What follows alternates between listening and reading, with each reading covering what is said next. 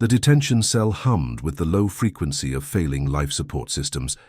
Commander Jake Morrison sat cross-legged on the cold metal floor, watching his newest prisoner pace like a caged predator.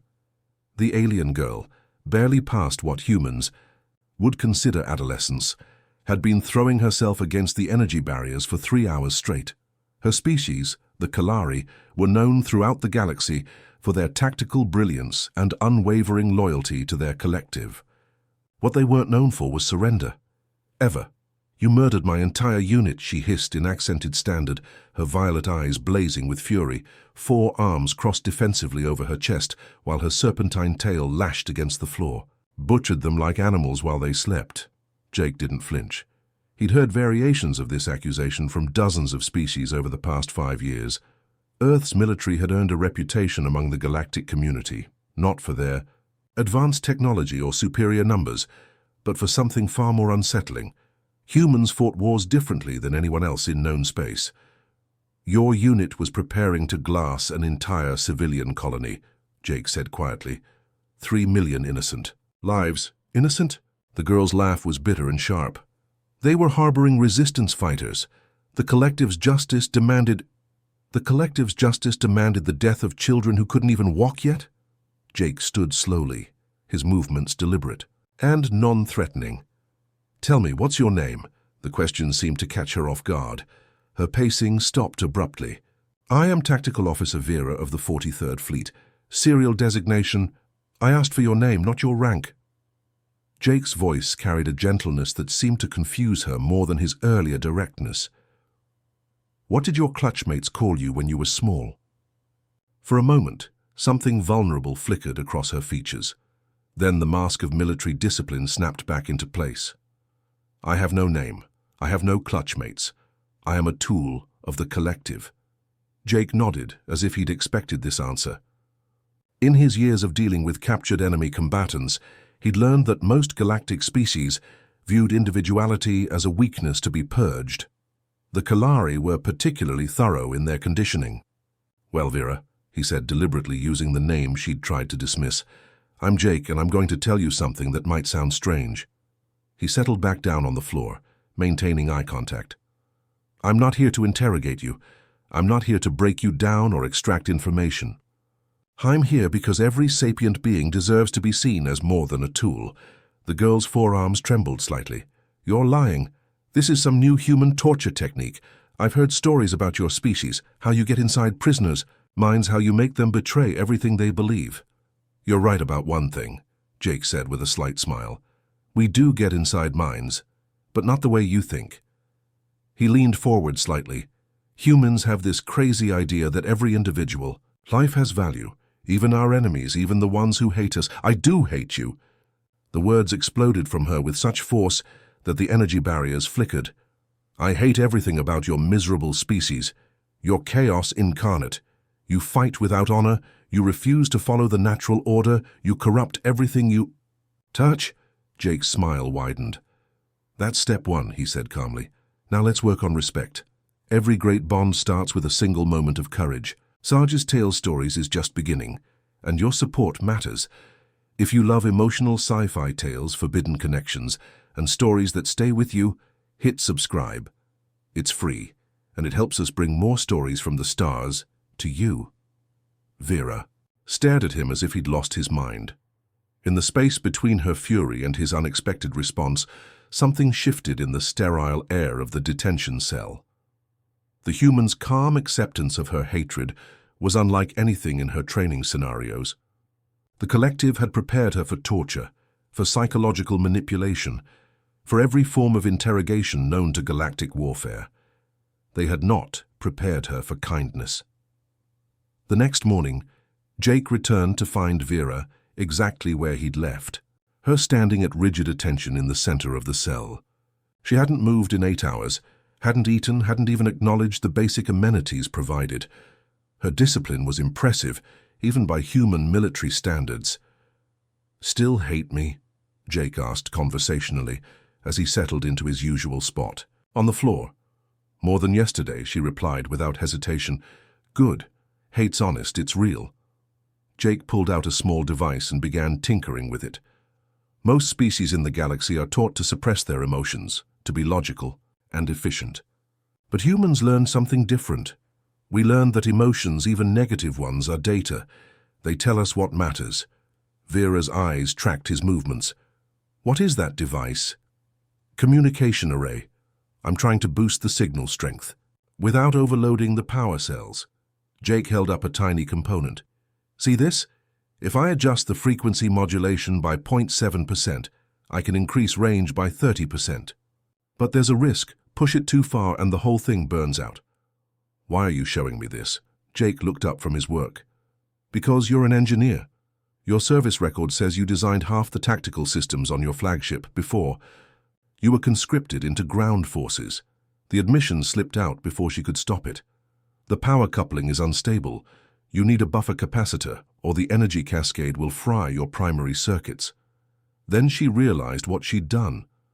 Her face went pale, or rather, the pale purple that served as the Kalari equivalent. She'd just helped a human. The collective's conditioning kicked in immediately, and she began punishing herself with small, sharp movements designed to cause pain. Stop. Jake's voice carried an authority that made her freeze mid-motion. You gave me good advice. Technical knowledge isn't treason, it's craftsmanship. There's no shame in recognizing quality work. I'm not supposed to— You're supposed to be a tool, I know. Jake set down his device. But tools don't give creative solutions. Tools don't improvise. What you just did, that was thinking. That was being an individual. Vera's forearms wrapped around herself defensively. The collective does not permit individuality. It leads to chaos, to inefficiency, to innovation, Jake finished. To art, to growth, to the kind of breakthrough thinking that your own people desperately need. He leaned back against the wall. Tell me, Vera, in all your years of service, how many times did you see a problem and know a better solution, but couldn't suggest it because it wasn't your assigned function? The question hit like a physical blow. Vera's tail coiled tightly around her legs, a defensive posture Jake had learned to recognize. For several minutes, she said nothing. When she finally spoke, her voice was barely above a whisper. 743 times. The number hung in the air between them like a confession. Jake felt something tighten in his chest. Not triumph, but sorrow. 743 innovations lost to rigid hierarchy. 743 moments when this brilliant young being had been forced to watch inefficiency perpetuate itself, because asking questions wasn't her role. The first time, she continued, her voice growing stronger, I was assigned to maintenance duty on an orbital defense platform. The power distribution system had a flaw that caused energy fluctuations every 12 hours. I could see the solution, a simple rerouting of 3 conduits, but maintenance drones don't suggest improvements to engineering designs. What happened? The platform failed during a routine stress test. 67 crew members died in the explosion. Her voice cracked slightly. I could have prevented it. Jake closed his eyes for a moment, feeling the weight of those lost lives. When he opened them, Vera was watching him with something that might have been surprise. You feel their deaths too, she said. It wasn't a question. Every preventable death matters, Jake replied. That's what makes us human. We grieve for enemies, for strangers, for people we'll never meet. It's supposed to be a weakness, according to most galactic civilizations, but it's also what drives us to be better. For the first time since her capture, Vera sat down. 3 days into their unlikely routine, Vera began asking questions, not about escape routes or human military capabilities, but about concepts that seemed to fascinate and terrify her in equal measure. Why do humans form pair bonds with other species? She asked during one of their morning sessions. Jake had been showing her images from Earth, not propaganda, just everyday life.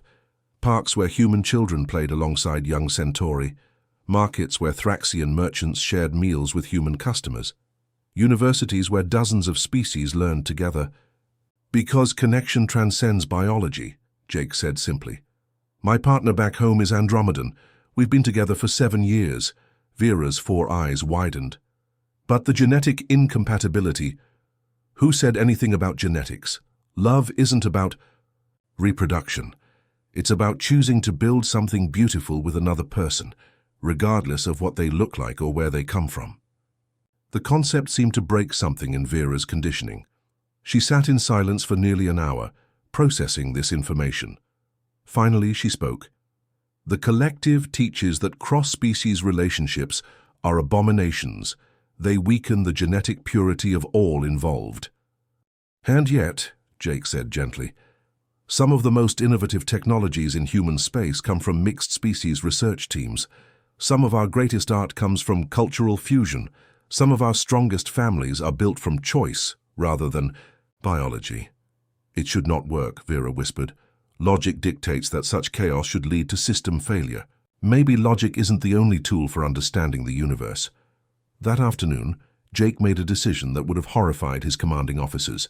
He disabled the energy barriers on Vera's cell. She stared at the open doorway for a full minute, her body coiled for flight. Then she looked at Jake, who was calmly working on another device project, completely unconcerned by her potential escape. Why? She asked.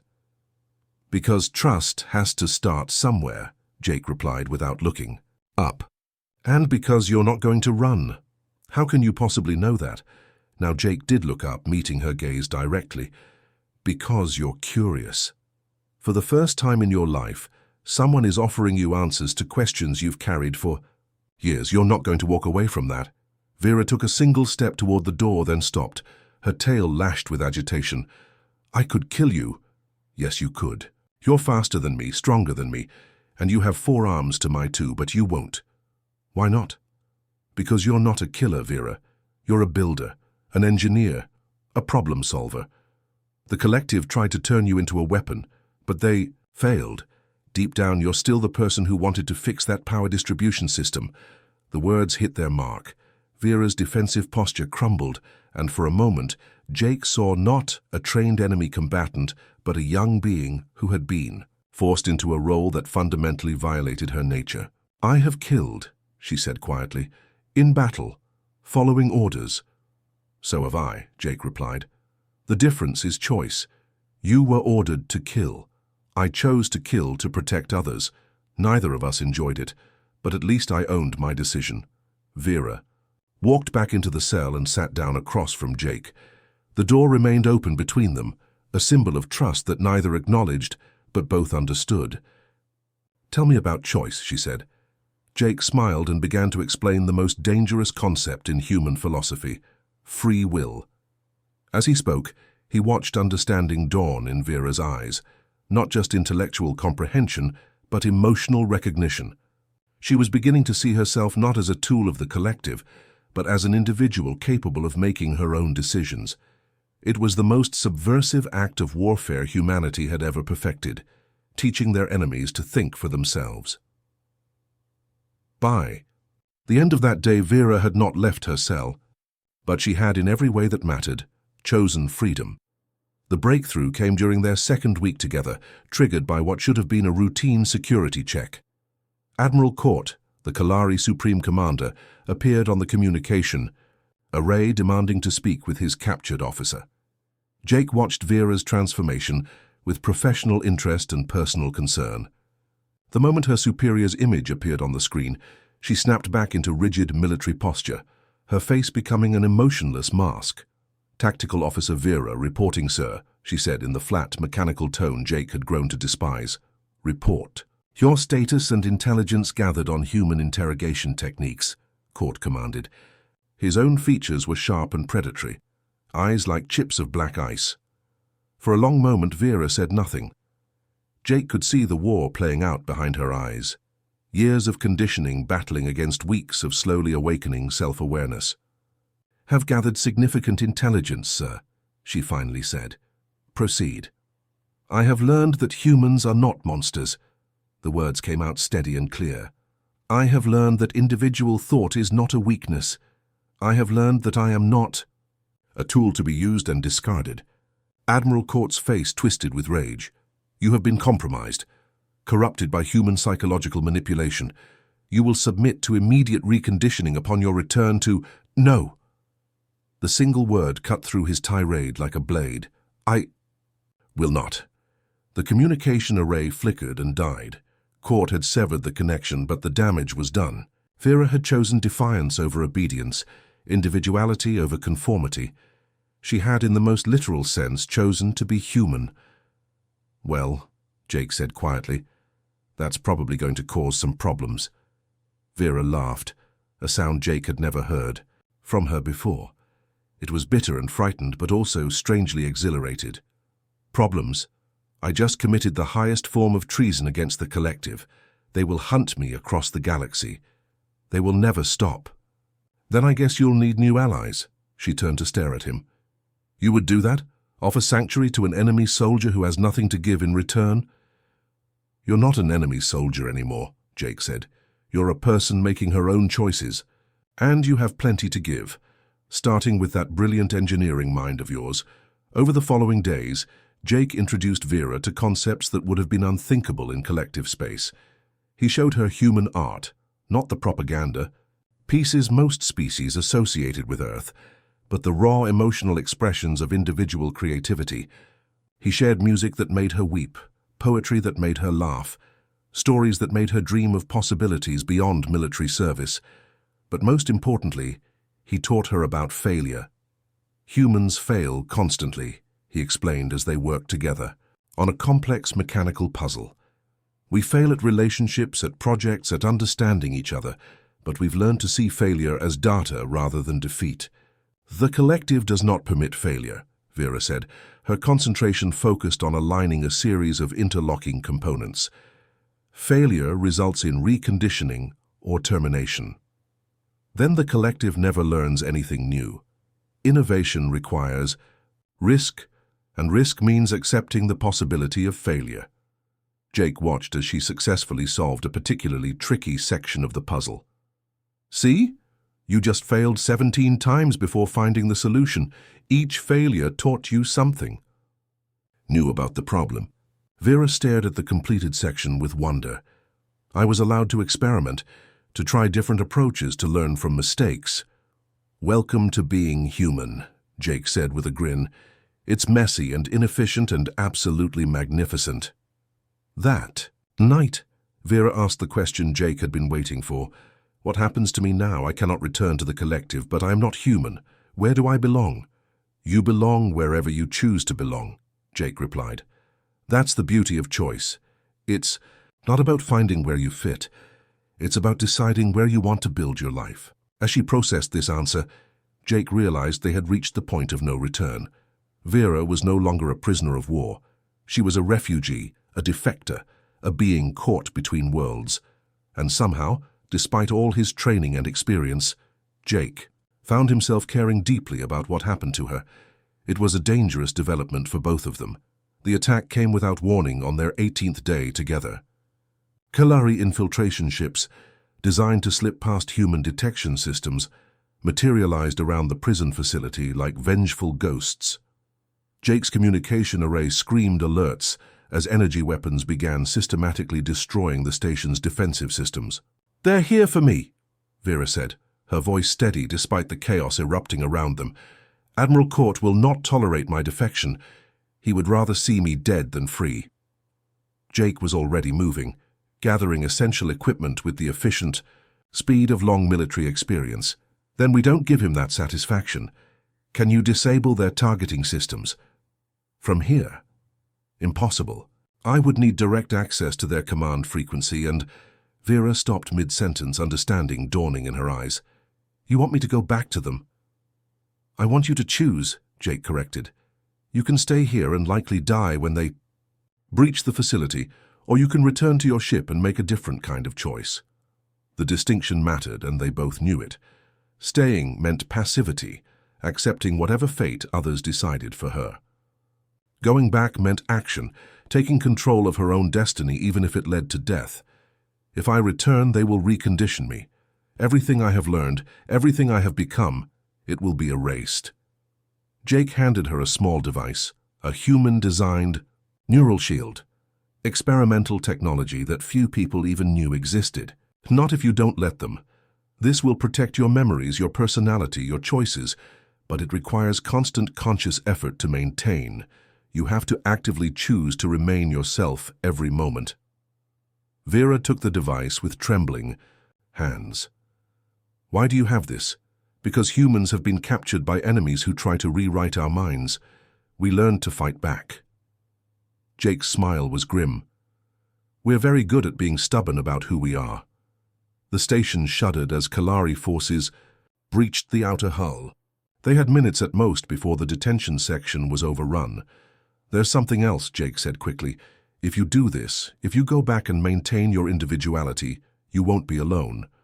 There are others like you, Kalari, who have begun to question, to think for themselves. They're hidden throughout your fleet, afraid to speak, afraid to act. But if one person stands up, others will follow. You're asking me to start a revolution. I'm asking you to be yourself. The revolution is just a side effect. Vera looked at the neural shield, then at Jake, then at the open door of her cell, the door that had remained open for over a week, symbolizing the choice she had been afraid to make. I hate you, she said softly, but her tone held no anger. I hate that you showed me who I could be. I hate that you made me care about things beyond my own survival. I hate that you gave me hope. Step 1, Jake replied, just as he had that first day. Now let's work on respect. She kissed him then, a brief, desperate gesture that caught them both by surprise. It was not romantic love, but something deeper, the recognition of one soul by another, the acknowledgement of a connection that transcended. Species and circumstance, thank you, she whispered, for seeing me. Then she was gone, slipping through the station's corridors with the fluid grace of her people, heading toward a confrontation that would either free her or destroy her. Jake watched her go, knowing he might never see her again, knowing he had just sent someone he cared about into mortal danger, but he also knew he had given her the greatest gift humans possessed, the right to choose her own fate. Outside, the battle for the station continued. But inside, in the quiet of an empty cell, Jake Morrison sat and waited to learn whether his faith in the power of individual choice had been justified. The revolution, he thought, had just begun.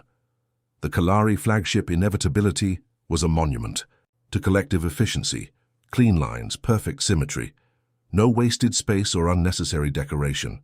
As Vera walked through corridors she had known for most of her life, the neural shield hummed quietly against her skull, protecting thoughts that would have been unthinkable mere weeks ago. She passed dozens of crew members, each one locked in, their assigned role moving with the mechanical precision of biological automatons. Looking at them now, with eyes opened by human perspective, she felt a profound sadness. How many brilliant minds were trapped behind those emotionless masks? How many potential engineers, artists, philosophers, and dreamers had been reduced to mere functions? Admiral Court waited in the interrogation chamber, surrounded by reconditioning equipment designed to strip away personality and replace it with loyal programming. The sight of those machines should have terrified her. Instead, Vera felt only determination. Tactical Officer Vera, Court began, his voice carrying the cold authority of absolute power. You will submit to immediate psychological reconstruction. The human contamination will be purged from your mind. No, Vera said simply. The words seemed to physically stagger the Admiral. In 40 years of command, no subordinate had ever directly refused an order. The concept was so foreign to collective thinking that he seemed unable to process it. You will comply, he repeated, as if repetition would somehow restore the natural order. You are malfunctioning. The reconditioning will repair your damaged programming. I am not malfunctioning, Vera replied, her voice growing stronger with each word. I am functioning as I was meant to function, as an individual with the capacity for independent thought. The collective did not create me, it merely tried to limit me. Around the interrogation chamber, other crew members began to gather. This was unprecedented, a public defiance of supreme authority. By all logic, they should have been horrified by such chaos. Instead, Vera saw something else in their eyes. Curiosity.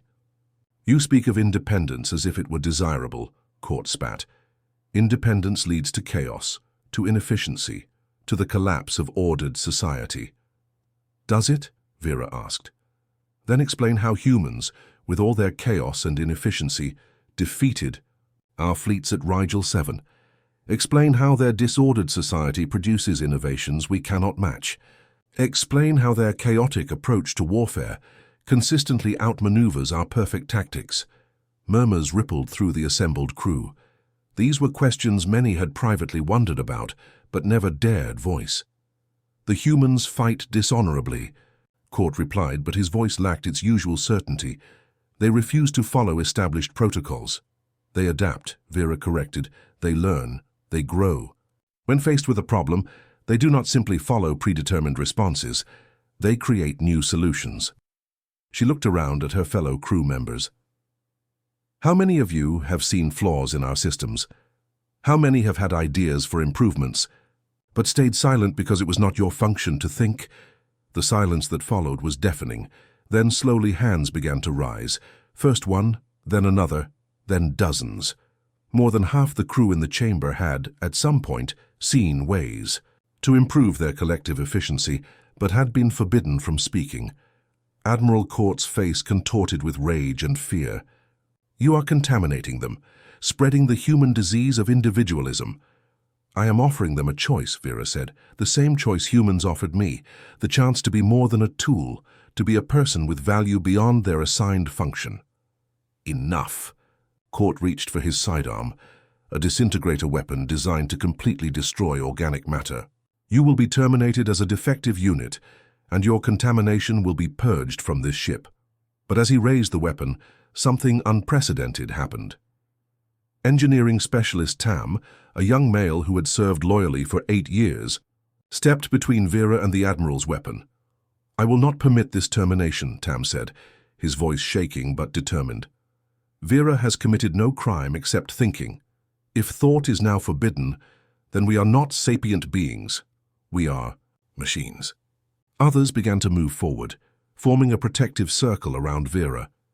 Not all of them, perhaps a third of the crew, remained frozen by conditioning, but enough to make Admiral Court's position untenable. Stand down, he roared. I am your superior. You will obey. Why? The question came from Communications Officer Lux, a female who had never spoken out of turn in her entire career. Why should we obey orders that harm our own people? Why should we silence our minds when they could improve our world? The revolution Jake had predicted was happening, but not through violence or rebellion. It was happening through questions, the most dangerous weapon humans had ever shared with other species.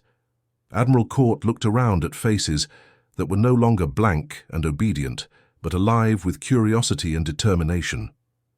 His perfect order was crumbling, not through force, but through the simple act of people choosing to think for themselves. You have doomed us all, he whispered. No, Vera replied gently. We have finally begun to live. 6 months later, the Kalari vessel New Horizons, formerly the Inevitability, docked at Lunar Station for the first official diplomatic meeting between the reformed Kalari Republic and the United Human Federation. The ship's name change was more than symbolic. It represented a fundamental shift in how an entire species viewed their place in the universe. Jake Morrison waited in the docking bay, wearing dress uniform but feeling more nervous than he had. During any military operation, the being who emerged from the ship was recognizably Vera, but transformed. Her posture was confident rather than rigid, her movements fluid rather than mechanical. Most importantly, her eyes held the bright spark of someone who had discovered joy in existence. Commander Morrison, she said formally, then broke into a grin that was purely wonderfully individual. Or should I say Ambassador Morrison? Just Jake, he replied, pulling her into an embrace that would have scandalized both their species a year ago. How are you holding up? Some days are harder than others, Vera admitted. Leading a revolution is easier than building a democracy.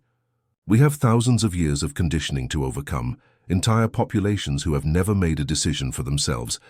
But we are learning. They walked through Lunar Station together, past the impossible sight of humans and Kalari, working side by side on joint engineering projects. The technological innovations emerging from their collaboration were already revolutionizing both civilizations. The collective leadership has declared us traitors and outcasts, Vera continued. But more ships join us every month. Word spreads through the fleet about what we have accomplished, and others want to experience freedom for themselves. Any regrets? Jake asked. Vera considered the question seriously. I regret the pain we caused during the transition. Some of our people could not adapt to choice. They became paralyzed by too many options after a lifetime of none. Others became reckless, making destructive decisions simply because they could. We have had to learn balance to understand that freedom requires responsibility. They paused at an observation deck overlooking Earth, the blue-green world that had somehow become a symbol of hope for countless species across the galaxy. Not because humans were perfect, but because they had learned to embrace imperfection as a strength. The other species are watching us, Vera said. The Centauri, the Thraxians, the Andromedans, they all have their own forms of social conditioning, their own limitations on individual expression. Some are beginning to ask questions. Jake nodded. The Andromedan Council contacted us last week. They want to establish cultural exchange programs. The Thraxian Queen is sending a delegation to study our educational systems. Change is spreading. Are you proud of what you started? Vera asked. I didn't start anything, Jake replied. I just reminded one person that they had the right to choose who they wanted to be. You did the rest. They stood in comfortable silence, watching the dance of ships around Earth. Vessels from dozens of species, all coming together in the chaotic, beautiful symphony of free association. It was inefficient, unpredictable, and occasionally problematic. It was also magnificent. I have a confession, Vera said quietly. I still hate you sometimes. Jake laughed. Only sometimes? I must be losing my touch. I hate you when I see how much easier life could have been if I had never met you, when I remember the simple certainty of following orders without question, when I face the weight of making decisions that affect thousands of lives. She turned to face him directly. But I also love you for the same reasons. For showing me that easy is not the same as right. For proving that questions matter more than answers. For teaching me that the most important choice any being can make is the choice to be themselves. Step 1 was hate, Jake said, echoing their first conversation. What's step 2? Step 2 is building something better, Vera replied. Together. As if summoned by her words, other figures joined them on the observation deck.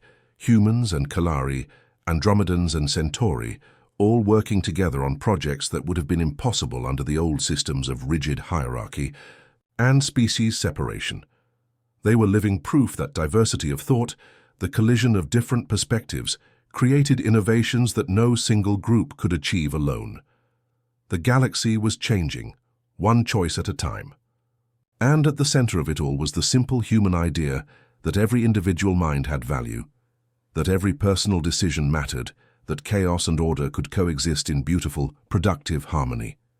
Jake Morrison looked out at the stars and smiled. Somewhere out there, other beings were beginning to ask questions, beginning to wonder if they too might have the right to choose their own paths. The revolution of consciousness was spreading, carried not by weapons or threats, but by the most powerful force in the universe, the recognition of one sapient being by another. Humanity's greatest export was not technology or culture or military might. It was the radical notion that every thinking being deserved the freedom to think for themselves, and that, Jake thought, was a legacy worth fighting for.